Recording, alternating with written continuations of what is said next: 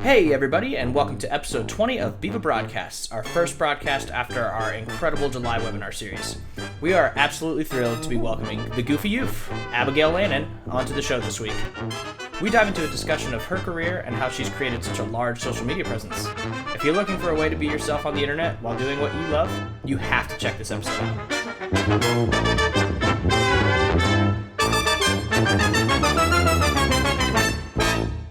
All right, hello everyone, and we are live with episode 20 of Viva Broadcasts, our first Viva broadcast after our crazy, insane month of July where we did so many broadcasts, and if you haven't listened to all of them, please go back and do so. There's 19 in the month of July, but this is our first episode 20 of our post-July webinar series, and we are so fortunate to have the goofy Euph herself, Abigail Lannan, here to join us today to speak about her career and some of the stuff that she's been up to. Abby, welcome to the show.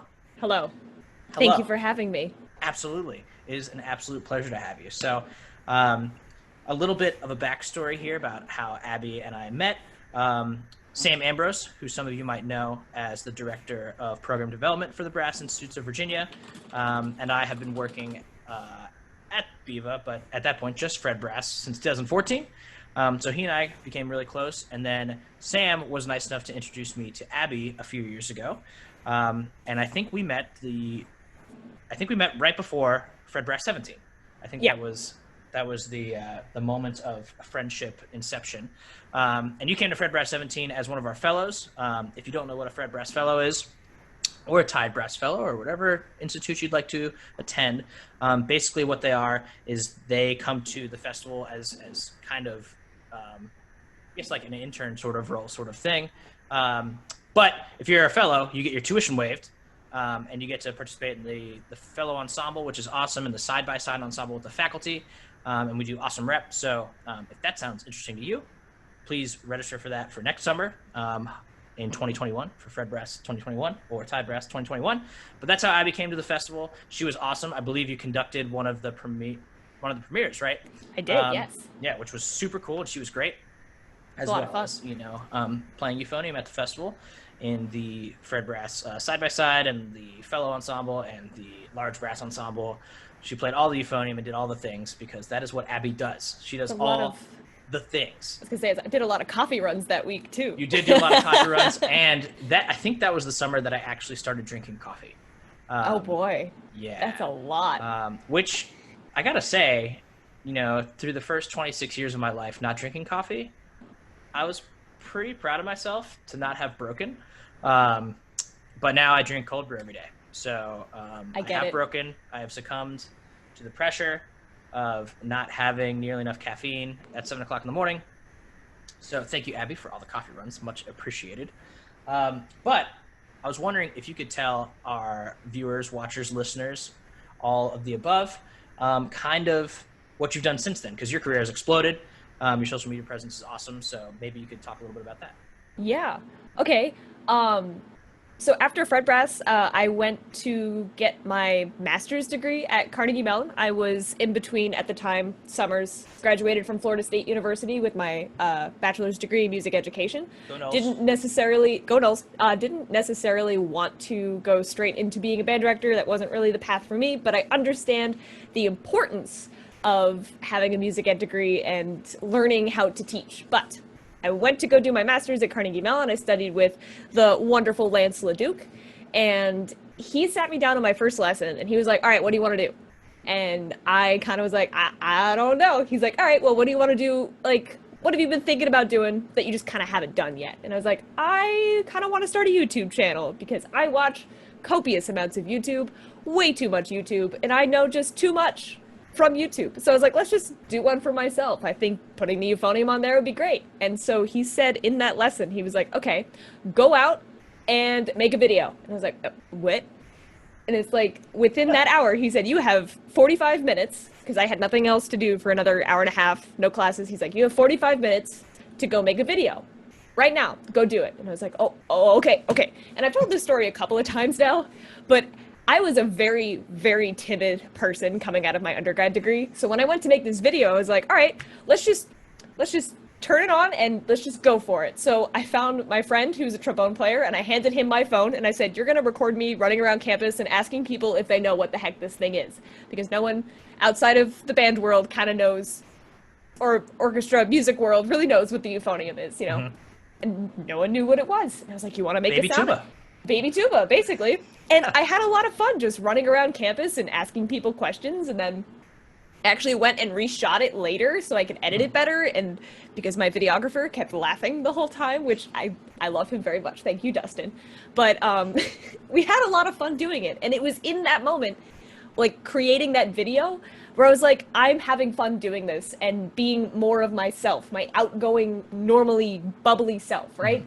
And it was actually through that, and through Sam Ambrose specifically, that I came up with the name Goofy Euph, because I play the euphonium, and I'm a pretty goofy human being.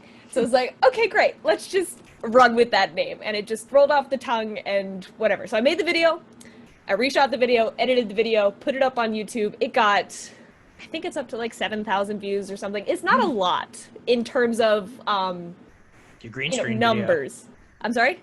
Your green screen video. We're gonna get there. We'll get there. Yeah. So either way, I had the start. And I think the most important thing for anyone who's looking to do anything online, or just looking to do anything in general, is to just get started. That's what Lance taught me in that first lesson, is like, what are you waiting for? Oh, you have to have this kind of equipment. No, I shot that entire thing on my phone, and I just kind of made it work. And I downloaded like a video editing software. I can't remember what I used for that first video, but it's all just patched together. So you just go out and do it, and you make it.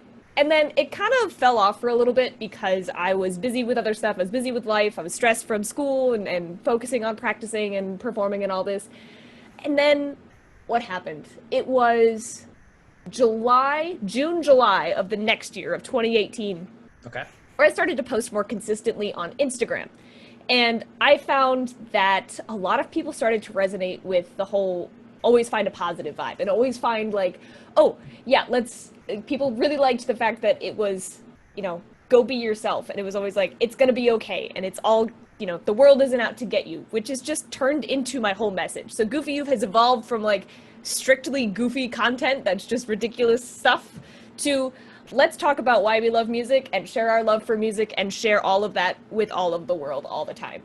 And it stemmed from a lot of personal issues that I was going through at the time. I'm very open about them. I'm very, you ask me a question, I'll tell you all about it. It's just awful things that I wouldn't wish on my worst enemy. And I'm just like, you know what?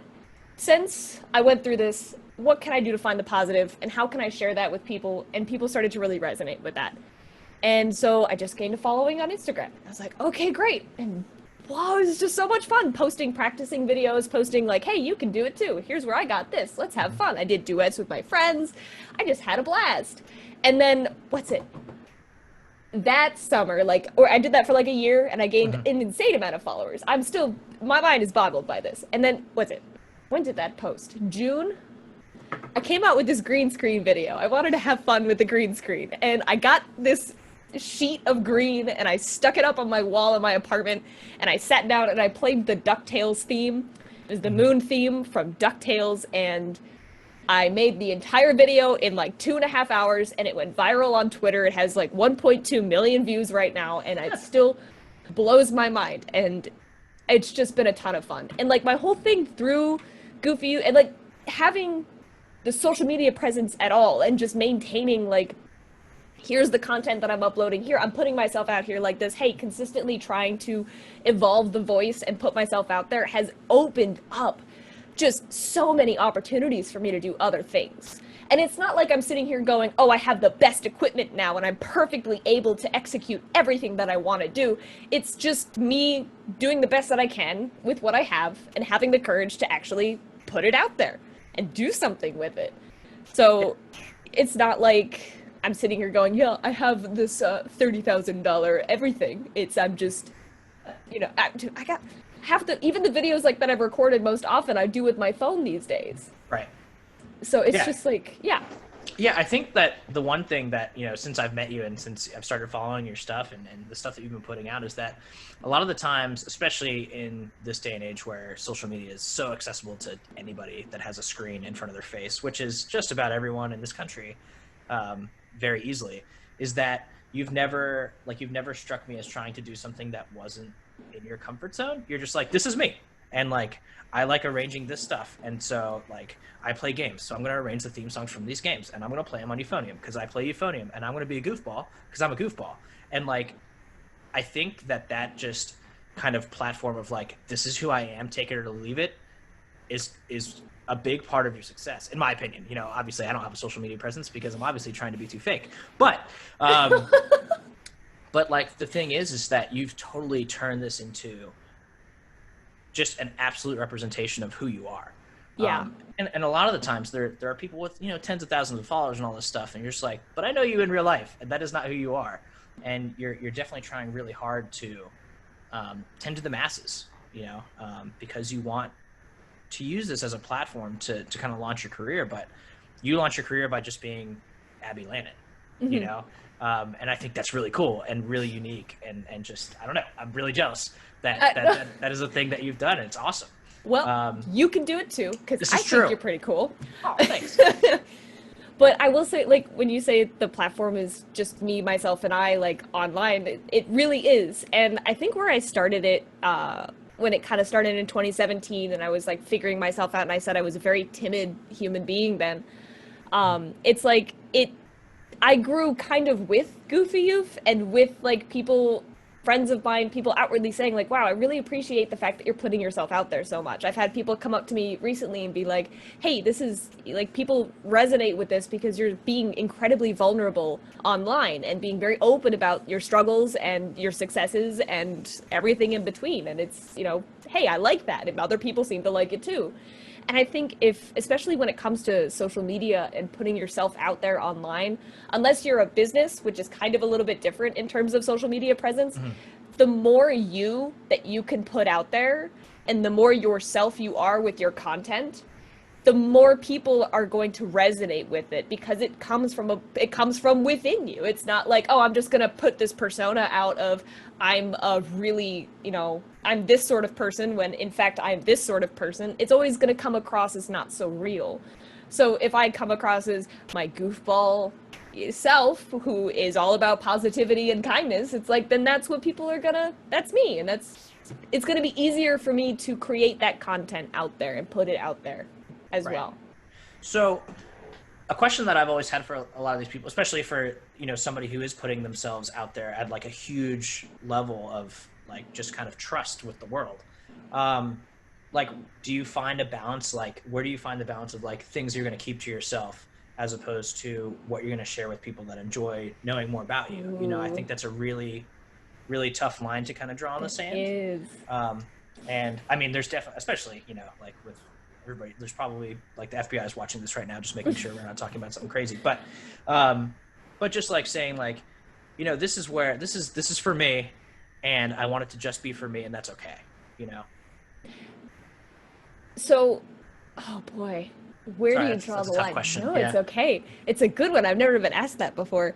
I don't use names. Mm-hmm. That's the big one. And I try to be as open as possible with situations. So I'll kind of give a situation without using names that kind of sparked things forming in July. So in July of 2018, I've been sexually assaulted and sexually harassed, and it's by people who I care about and who I trust very deeply. And I didn't post about that specifically. I don't think I've actually ever said, hey, outwardly, this has happened to me. People just kind of assume it through my content. But it's like, I've never said names of who these people are and who this is, like what's exactly happened. The stories are not out there. And it's like, the stories are not important. The stories of like the details of that are for me, the friends that I trust, if I want to tell them that story, my family, if I trust them and want to tell them that story. But what I think the most important part for me and all that is to explain and be open with how I'm feeling about it and what feelings I'm going through. Because a lot of the time people are like, oh yeah, it's a traumatic experience to go through this and it's going to affect your life in these ways, but everyone's different and everyone experiences things differently. And when I was going through this, I was like, what am I doing to cope with this? How is my body handling this? How is this affecting my practicing? How is this affecting my music? Like what is going on in my brain and in my heart, right? Mm-hmm. So as you know, I don't tell the direct stories, but I try to be open and be like, hi, life is kind of hard right now. And, you know, you might not know the exact reason why, but here's how I'm coping with it. And here's, like, I'm treating myself to an extra Starbucks cup today because that's what makes me feel good. I'm going to go buy a t-shirt that I saw at a store one day because that's really what I want to go do. And that was going to make me happy. And it's, like, all important about trying to, you know, make sure that you are taking care of yourself first and foremost, emotionally and physically, before doing anything else. So in terms of drawing the line, I have that professional mindset always on when I'm posting something. If I put something out online, I am expecting whoever, like if it is about somebody, which I don't think anything of mine ever has been about anybody, but if I was to do that, there's no names, there's not going to be any connection, you're not going to know who it is. It's going to be vague. It's going to be like unrelated to the person specifically. It's going to be about me and how I am dealing with that. So it's like, for example, anger. I'm not an angry person. I don't get angry. But there have been situations recently where I find myself very frustrated and angry with the state of the world, how people are handling things, this, that, and the other. And I'm like, how do I turn this into a learning experience for myself and then share that with other people? And that's kind of how my mind rolls with all of that. Gotcha. If that answers your question. It does. No, it was thank you for sharing. You know, I think it's really important for people to know what, you know, like everybody's comfort level is going to be a little bit different with what, and that's totally okay. And just being able to say like, that's okay. You know, you don't, that's not the everything. Biggest thing.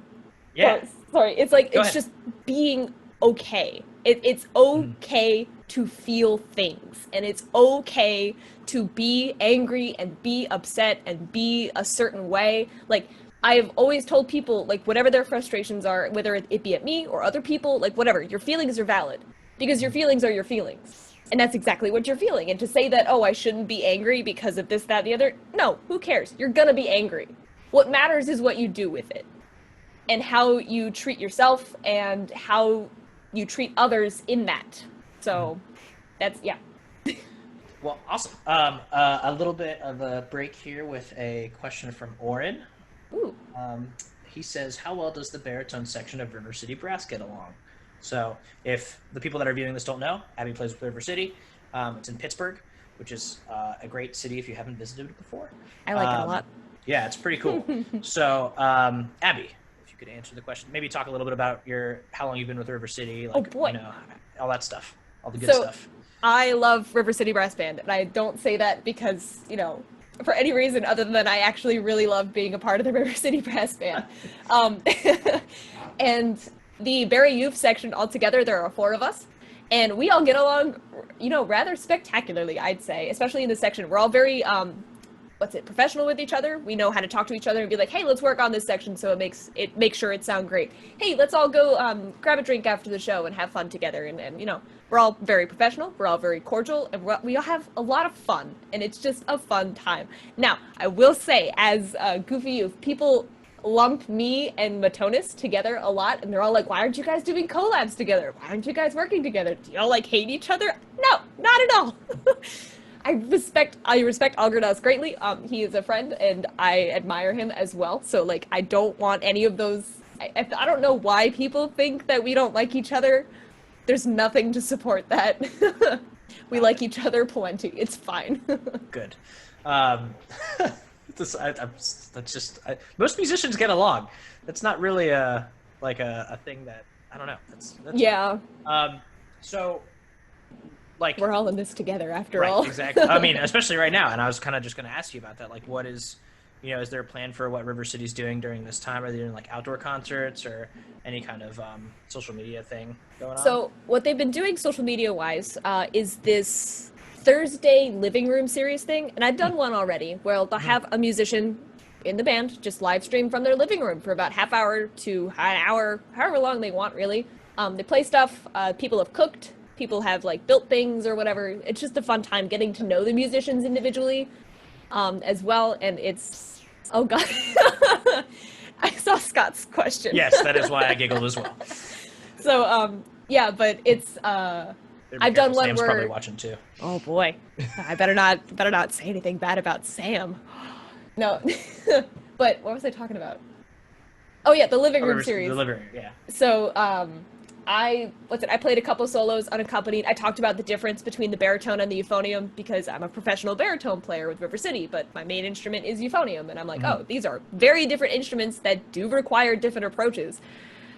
So it's just, that's what it is. And then in terms of going back, I don't think anything official has been announced yet, but I think we're thinking as of right now.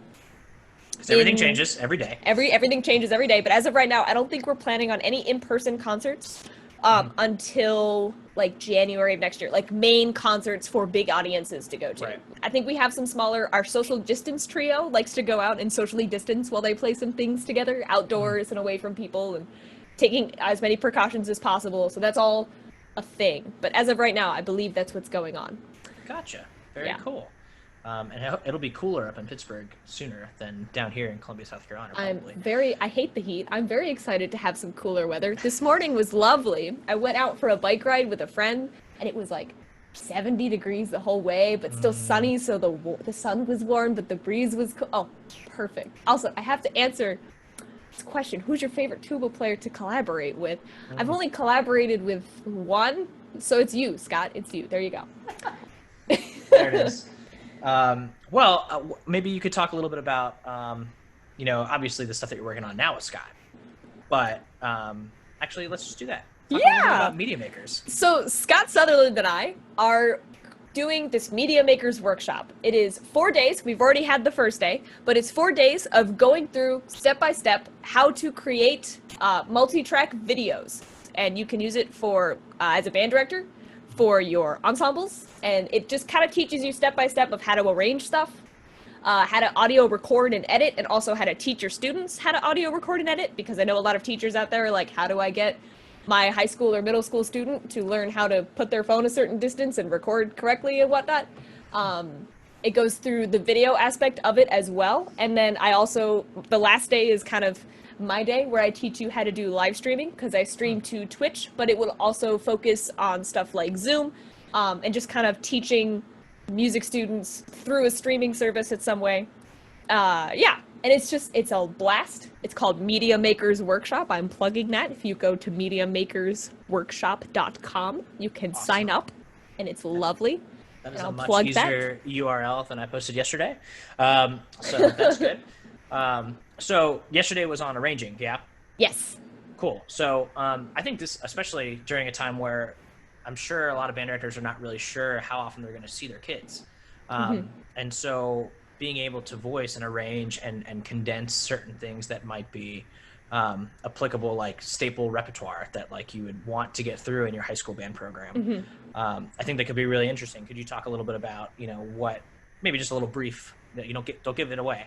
But just like a little brief, like what that arranging kind of talks about, that session, because if they sign up for the Media Makers workshop, they get access to stuff that they missed yesterday, right? Yes. So you can access all the back content whenever you're listening to this. Most likely it will still be up there, and then you can go access that, unless it's like 3 years in the future, then we don't know. But for the arranging day, we talked a lot about arranging and just like really basic tips for arranging in terms of like tuba euphonium ensembles. They sound really muddy, and it was talking about the spacing in there.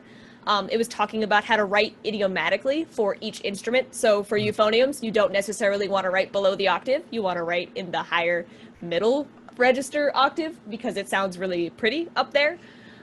There's different softwares that you can use and how each of them kind of differs and what you can expect from them as well.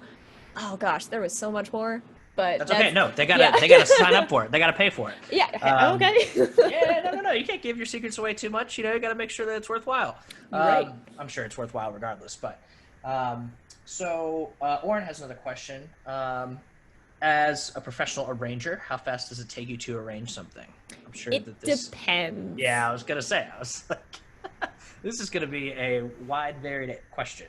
Oh, first it depends on whether or not I can find the original score for what I'm Mm, doing, or if I find like another arrangement that's written probably not so well. There are a lot of arrangements scores that I'll grab from MuseScore because I use right. MuseScore pretty religiously, Hmm. and like what's it? For example, I'm arranging right now this Final Fantasy 14 piece, and it's this crazy orchestral thing. It's gorgeous, it's beautiful, and the only thing that I can find is this trio of like two tubas and a xylophone, and I'm like, I get the notes, and then I can fill in all the other stuff myself, and that's probably going to take me a while. Whereas the viral video that I made with the DuckTales Moon theme, that took me an hour.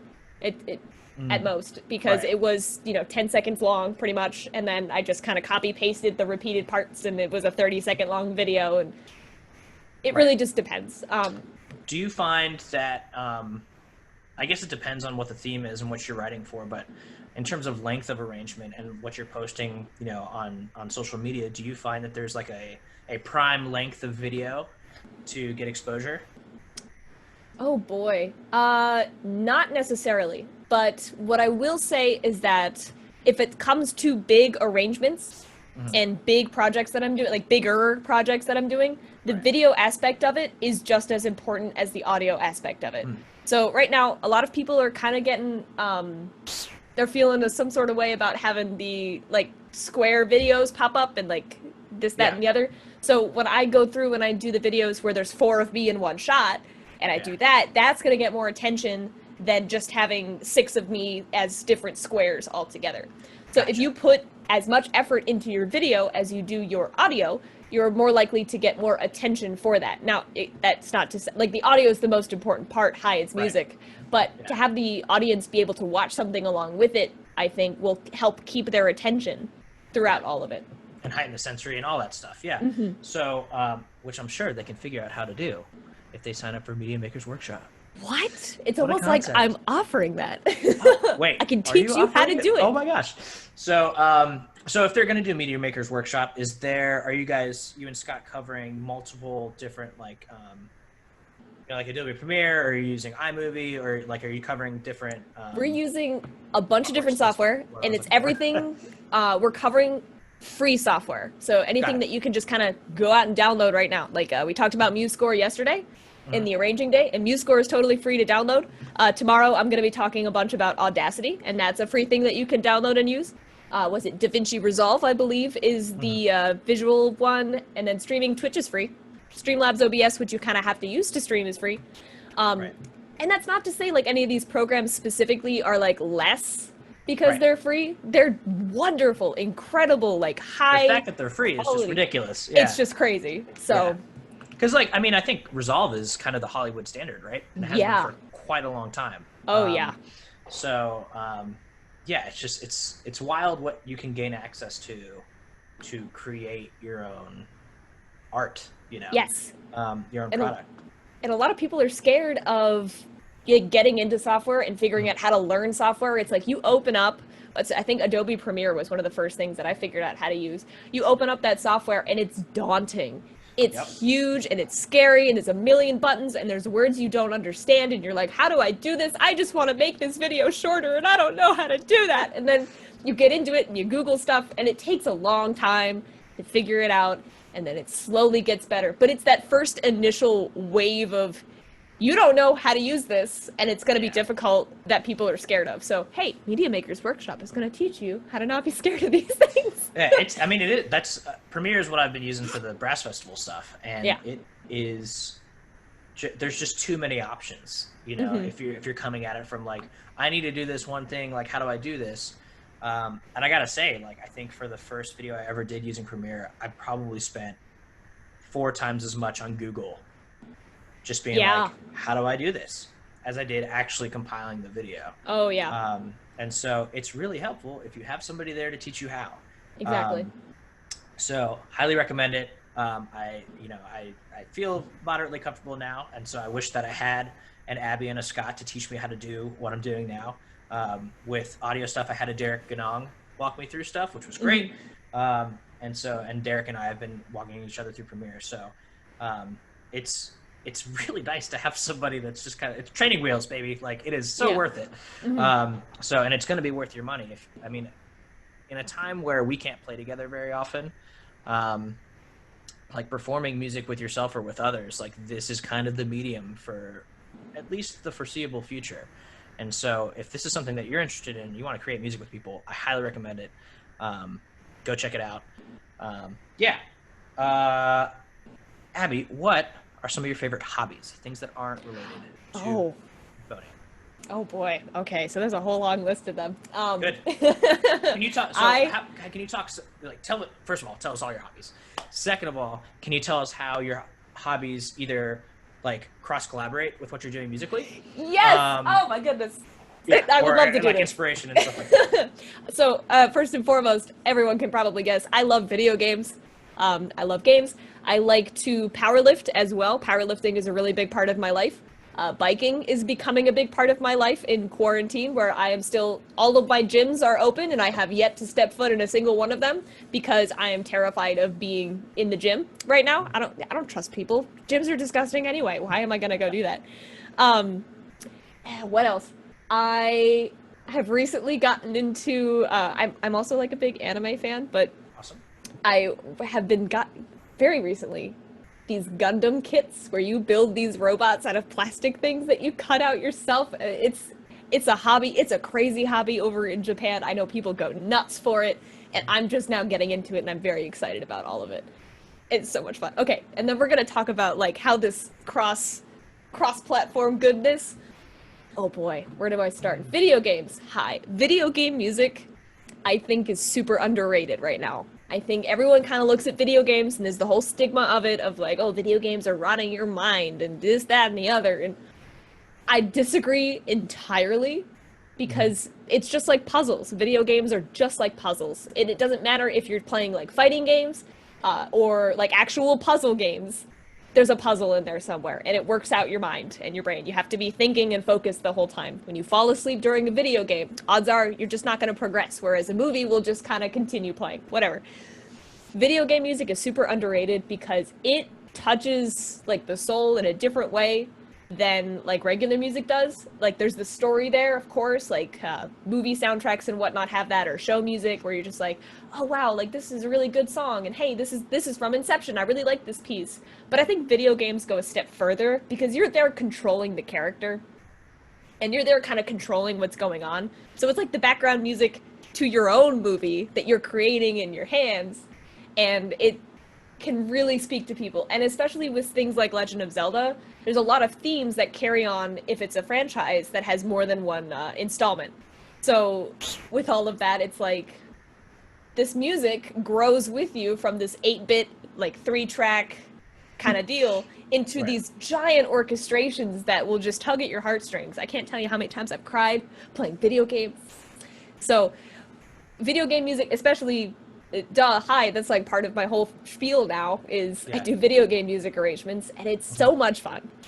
When it comes to exercise and like powerlifting and all of this, where do I start with how approaching the gym and approaching fitness relates to music and practicing? I think for a little while, I had this whole Fitness Friday thing on my channel where it's like, I just talk about how they relate, and it's insane. Like from the first time you pick up a dumbbell relates to the first time you buzz on a mouthpiece, and how you have to learn how to do the technique before you actually get to heavy lifting. And guess what? Just because you know how to squat doesn't mean that you're suddenly going to be able to squat 500 pounds. It doesn't mean you're suddenly going to be able to play the Kevin Day concerto. Like it's not like it.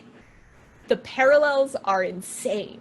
And I find that a lot of how I practice in the gym and how I approach the gym and how I approach, going to the gym daily is like mirrors almost exactly how I approach the euphonium and how I approach practicing. Like fundamentals. You have to stretch. You have to warm up. You have to know your fundamentals. Like this is where your knees go in line with your toes when you're doing certain workouts, or you're going to hurt yourself. It's like if you don't warm up, when you play some crazy range excerpt, you're probably going to hurt yourself. Like just, especially if you just go for it. Yeah. Oh my goodness. Fitness and music are crazy related, and it continues to boggle my mind that they're so related. Yeah, I mean, they're process oriented. Yeah. Like you set your goals for yourself, and like the pacing of it, I think, is also really, really, really like the fact that it can take so long to just move up. Whether it's a tempo on an articulation exercise or putting another 5-pound plate on the bell or on the bar. Like the parallels are kind of odd. And then it makes me feel bad because in quarantine, I've put on 10 pounds. But It's the I'm with quarantine. you. The Quarantine. quarantine. Yeah. But I'm totally with you. Gyms are scary to me. I don't want to touch them right now. Yeah, we'll see. We'll see what happens. Actually, I built a gym that is body weight. I'll have to show it to you. Ooh, please do. Yeah, so I don't think I would trust it to have a barbell and lots of weight on it, but it can hold me up, so that's good. I will say really quickly, like very beginning of quarantine, my friend came over once. You're not supposed to hang out with friends at the beginning of quarantine. You can yell at me for that. It's fine. He's my gym buddy. He brought over a pull-up bar that I could attach to my kitchen, like door frame, whatever. And now I've gotten really good at pull-ups. I could only do the variation where your hands are like underhand, right? Yeah. Chin-ups. And now I can do 5 like wide grip overhand pull-ups. So I'm like, I can do sets of 5. It's just progress. Hello? It's like when you can't practice. I'm going to make the connection. Here we go. There it is. When you can't practice your horn like you normally would in a practice room, just take the mouthpiece out and buzz for a while. You're going to make progress if you're making music. And you don't even have to have your equipment on you. You can just sit there and sing a song and practice singing musically. And that's going to, thinking musically even, applies to the instrument. Oh my goodness. The parallels. So let's go back and talk about your media presence and where what kind of opportunities that's given you. Okay. So what would be the coolest thing? It could be an interaction with somebody you never thought you'd interact with before. It could be a gig you got because of your social media presence. Like what has been the coolest outcome of like taking this vein of technology to just be you, right? And like the coolest end product from that. Obviously, your presence is just going to keep growing and that sort of thing. And I don't think you're ever going to let go of it now, just because of how awesome it's been for you as an avenue to express yourself. It's part of me, yeah. Yeah, exactly. And that's so cool. I'm still I'm fangirling over here. But like what is so far, what has been the coolest thing that's come from that?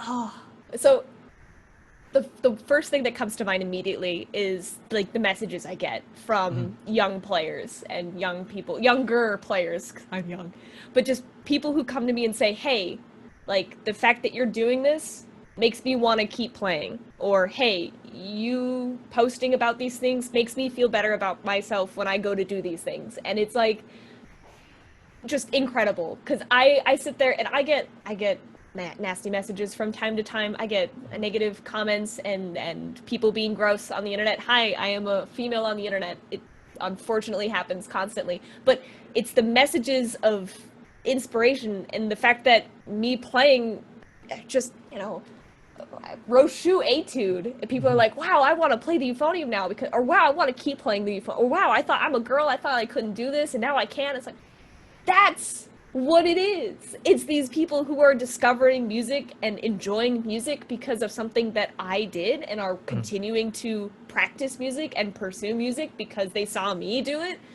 I don't think I'm anything crazy special, so when they tell me like, hey, you've inspired me to keep doing that, I'm like, that's incredible. Thank you for sharing that. And it just encourages me to keep doing it and keep going, because it's so nice to hear and I'm not saying like you better send me messages. No. But like even just every now and again a little nugget of hey, thanks for that. It's like, oh wow, you're so welcome. Like, well, maybe it makes it worthwhile. I mean, I think that a lot of the times, as a musician, like you'd hope that nobody's like going through the motions when they come to a gig, but very often like you're going to do a gig and you're going to get a check and you're just like, this is how I live. I like what I do. But at the end of the day, like this is what pays the bills.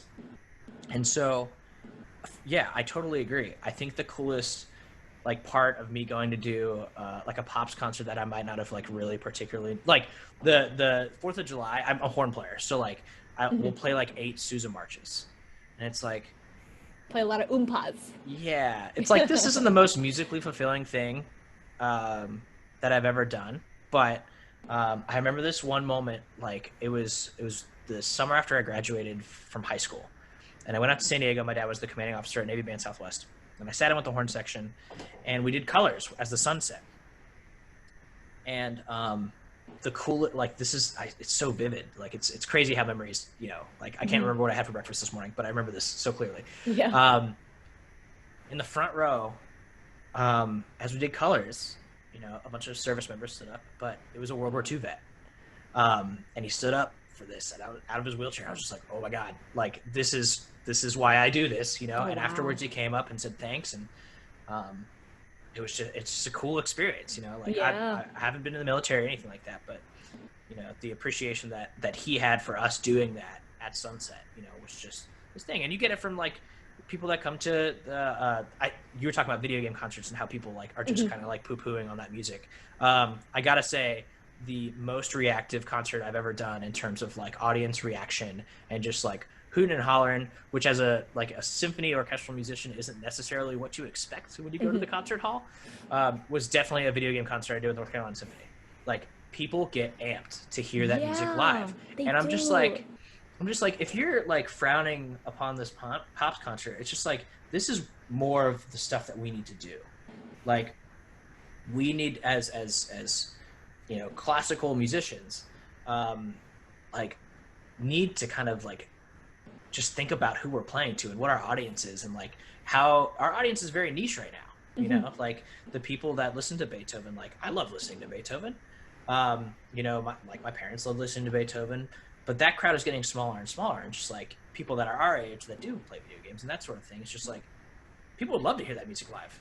They do. It's just like, oh my gosh, these people are like doing the things that I hear in my headphones all day, but they're doing it on these instruments that we blow fart noises into. Like that's really cool, And so, I think that like just the experience that you get from a crowd that reacts to what you're doing, like in real time, applause is great, and a roar, or, an encore, and it's just like, that's really, really cool. And I appreciate it. And people walking out of a concert being like, hey, you sounded great tonight. Like, thanks for playing. And you're just like, yeah, it's my job.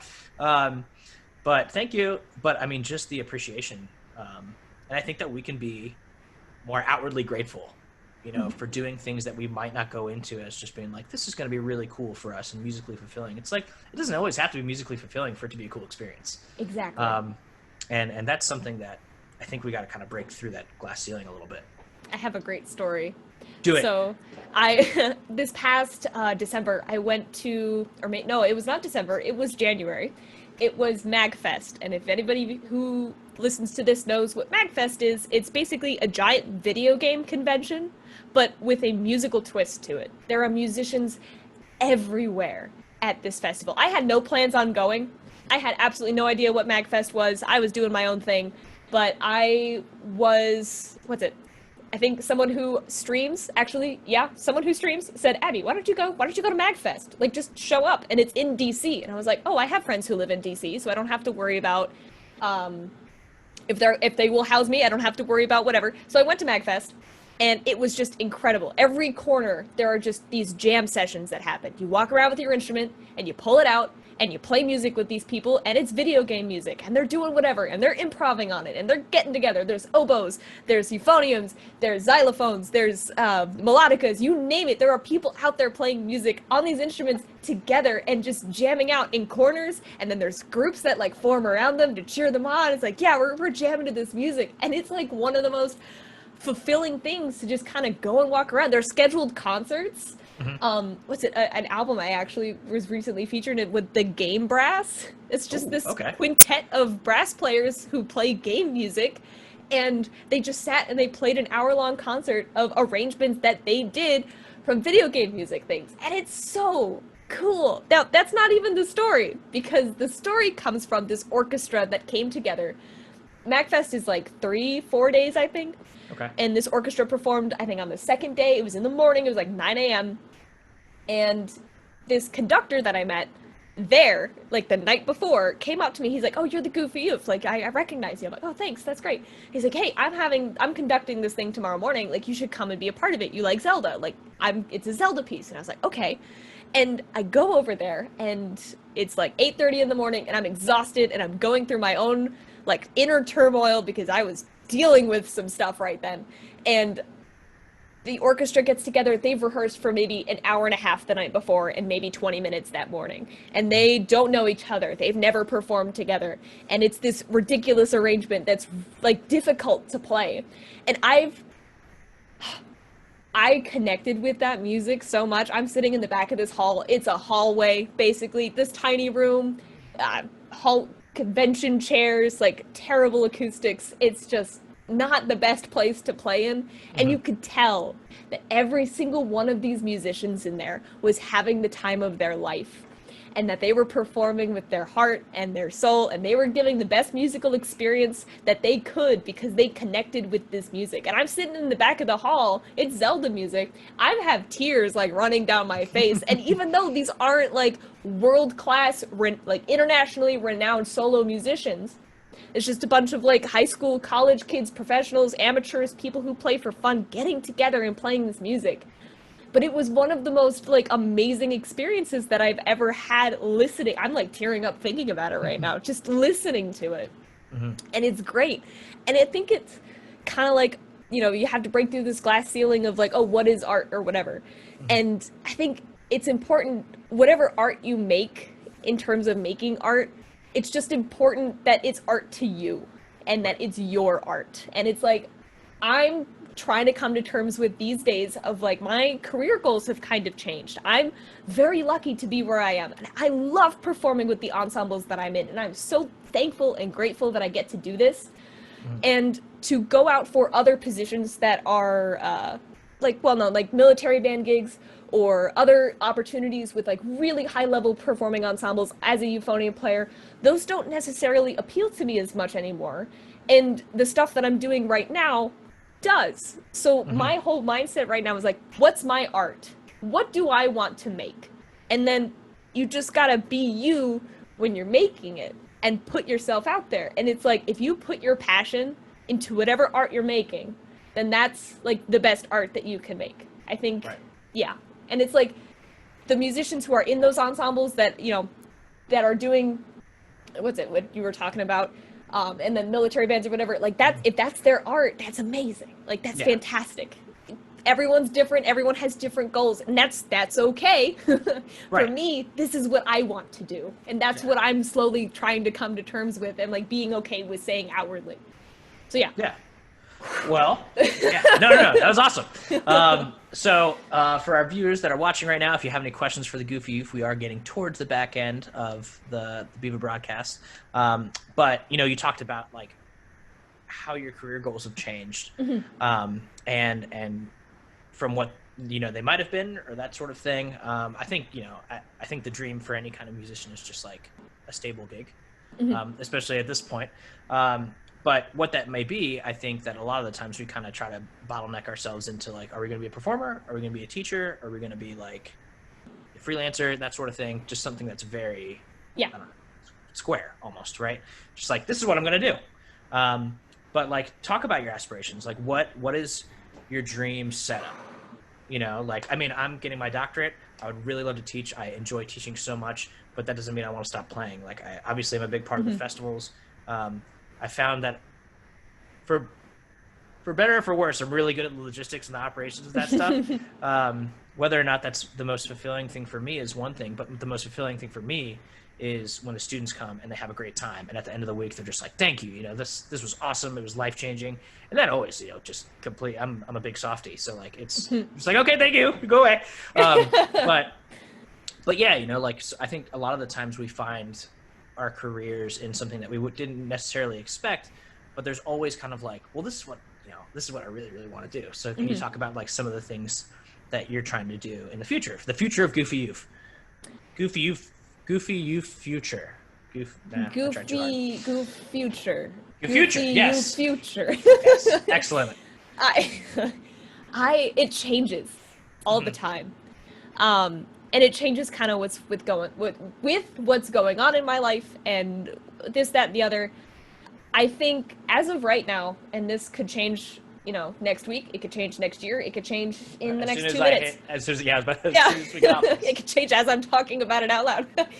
I also love teaching. I never expected myself to love teaching as much as I did. I kind of stayed in the music ed degree program at Florida State because I understood the value of having that degree and understood, you know, when I was 18, I was like, I'm going to have to teach at some point, so why not learn how to do it well? And so that worked out really well for me. And I fell in love with being able to sit in front of an ensemble and make music. And, you know, even conducting, I'm not the best conductor. I lead with my wrists instead of the baton. I do all the not great things, but I love rehearsing and talking and being a part of this. I think with that love of teaching, I'm able to just goals, share with the world and with whatever, like just a love for music. And what Goofy Euph I want to become is just kind of like a place for people to go to when they just want to share music and a love for music in general. It's like, hey, here's this amazing euphonium piece that I'm just gonna play, and if you like it, you like it. If you don't, you don't. But it's also like, hey, this has happened, and here's things that are not great, but that's okay, and here's how I dealt with it, and I hope that you can use my experiences to, you know, hopefully do whatever. I just want people to kind of just love music and not be afraid of making music because they're afraid of not being good enough or not feeling a certain way about certain pieces or certain ways about the euphonium or about the trombone or about oboe, you know. So it's like, if we're going to get down to like monetary things and like, hey, this is what I want to see in the world, it's like, I would love to do what I'm doing currently and then just continue doing more performances. And, you know, I would love to teach more students. I would love to perform more and play more music because I love doing that. I'd love to have an ensemble that goes around and does video game stuff. I think that'd be fun. And as I'm talking, I'm like, ooh, these ideas are fun. Let's do it. It changes constantly. And I'm just kind of like really open to opportunities and saying yes to things and creating what I want to create right now. So that's... Well, you know, aside from pitching Media Makers Workshop, I think Abby just pitched herself as a collaborator. So if you would like to collaborate with the Goofy Euph, this is your opportunity. That'd be great. So, let's see. This is it's Derek liking our video because he's awesome. I got a little notification. So, yeah, first off and last off, I just want to say thank you so much for coming on and taking your time out of your Tuesday, for coming on and sharing, like, I don't know, just, you know, this episode really relates to Andrew's episode. He did an episode on like composition, and like where to start. And I think that the parallel between these two episodes of just like, it's okay to just do it. If you think you're bad at it, you're probably not. You're just kind of like just like self-disqualifying yourself. Yes. But just take the time to like get into something that you love. And I think that, you know, obviously this episode for sure. But also Andrew was just like nobody that wanted to start composing just did it and was like, oh man, I'm Beethoven, this is great. They probably thought their first 100 ideas were terrible. But like, I think what both of you guys have done is just been like, be confident in yourself, be confident in getting after what you like doing, and taking a shot, you know, and just being like, yeah, I'm going to do this. So thank you for, you know, like I did Andrew's last Thursday and now I'm doing yours now. I'm just like, man, I'm going to go run through a brick wall. It's gonna be great. So yeah, I mean, thank you so much for just being so positive. You know, I think that's something that a lot of people can learn from today, you know, especially in the current climate, you know, there's not a lot of great things happening right now. And so hopefully everybody that's watched this can just like take this hour and just be happy about things that are happening, because there is good happening, you know? Yeah, and there is. If you don't think there's good happening, it's on you, you know, do some good. And be happy with what you're doing, you know? So can I share like one little last thing? Oh, of course. So when it comes to the whole be positive mentality, it started in drum corps. When I hurt myself, I couldn't march. I was really sad and the days were hard. And I was like, okay, what can I do to be positive about this? And it's like, you just got to find the little things, the tiny little positives that are out there. It doesn't matter how small they are. like, it does not matter because I'm sitting there watching people from the sidelines doing what I want to do, what I worked really hard to do, and I couldn't do it. And I was like, what can I be positive about? And I was like, well, my feet stopped hurting today because it's been 3 days and I finally got to rest my feet. I don't have to get rained on. I can go sit under something when it's raining and pouring out there and they're all marching around. I'm like, I don't have to get wet. It's the tiny, tiny little positive things. It can be, well, my phone is fully charged right now. Great. It can be, my jacket isn't ripped It's always up. a great feeling to have your phone charged. Right. It's great. You're like, oh, I could go all day with this now. It's fantastic. It's just the tiny things. However minuscule they are, if they make you smile a tiny little bit inside, like grab onto it, hold on to it, and then just like focus on that little positive. And if that little positive goes away, find something else. There's always a positive out there, no matter what. I agree, 100%. So a final plug for Media Makers Workshop. That is a project that Abby and Scott are doing to help you create media, arrange, record audio, live stream, make your own videos, all this stuff. It's available at MediaMakersWorkshop.com. Is that the correct URL? Yes. Awesome. If you do not remember that URL or don't know how to spell MediaMakersWorkshop.com, you can check it out at both of the brass festivals, Fred Brass and Tidewater Brass on Facebook. Both posted the link for it, as did the Goofy Euph, as did Pedal Note Media, as did Brass Junkies. So if you literally just type in Abby Lannan, Media Makers Workshop, you'll probably find it. But if not, feel free to reach out to the brass festivals and we will send you the link because it's an awesome opportunity. Abby, again, thank you so much for coming on. Thank you so much for having me. Oh, of course. Have you watched any of the other episodes so far? Particularly the last 30 seconds or so? Oh no. I take it you have. Well, it's because Buddy had me on. Oh, right, that's right. You did the entrepreneurial student with it. So I was about to hopefully your mouth mention Andrew's trumpet. episode, and I have not gotten better at my mouth trumpet. No. I saw Andrew's episode, or at least part of Andrew Hitz's episode, and I was like, oh, I really resonate with this. And I can't exactly tell you what part of that episode it was, but I was like, I like this. So that's it. So you'll have to do another one because that's how we end our episodes. Oh, great. Yes. So Oh, boy. for our listeners who haven't, if we have any new listeners today, a mouth trumpet is something along the lines of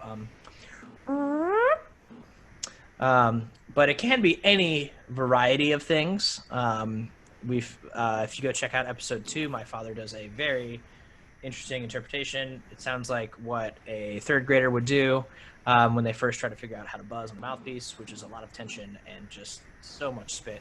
Beautiful. Yeah, it's something else. But Abby, if you could give your new and improved mouth trumpet. An idea just came to me. Okay, let's see if I can do this appropriately.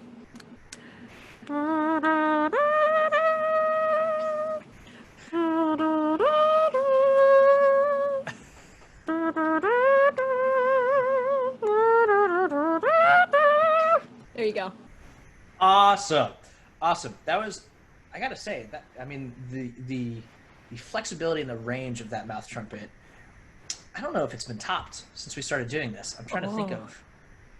I'm sure you've heard Sam's mouth trumpet. It's quite impressive. Oh, yes. But I gotta say, that was pretty solid. It's a strong meme out there for the euphonium community. Oh, good. Excellent. Well, if any euphonium players want to send some mouth trumpets to us, feel free, and we'll put them all together in a video and post it later, which I think we're doing for the month of July. So beautiful. We'll see how that goes. Again, thank you for coming on. Thank you all for watching today. If you didn't get a chance to watch it and you want to watch it on YouTube or listen to it in a podcast version, that will be coming up soon. We'll be sure to post to our Facebook pages and let you know how to access it. If you are somebody that drives a lot, I don't know somebody who drives a lot these days because we're all stuck at home, but there will be an audio version coming out shortly, and we'll be sure to let you know. So thank you, Abby. Thank you to our viewers, and we will see you next week. Wait, hold on. How am I going to pronounce it? Be sure to be on the lookout for our next episode, which is happening next Wednesday afternoon. It is a very awesome episode. I'm really excited to watch it. It is with Derek Anong, Tim Shade, and Gina Izzo from New York. So there'll be a new graphic coming out that is in the new purple graphic, which I really, really, really like. And it's nice and pretty. So thank you all. We will see you next time. Bye! Bye! Thank you again to Abigail Lannan, aka the Goofy Euph, for coming on the show today. If you're interested in how she creates content for her channels, go on over to MediaMakersWorkshop.com and sign up for her session. If you would like your product or school to be featured on our broadcasts, please reach out to me, Dakota Corbliss, Director of Operations at Dakota@fredbrass.com, and we'll be sure to set it up. Thank you all for listening. We'll see you next week.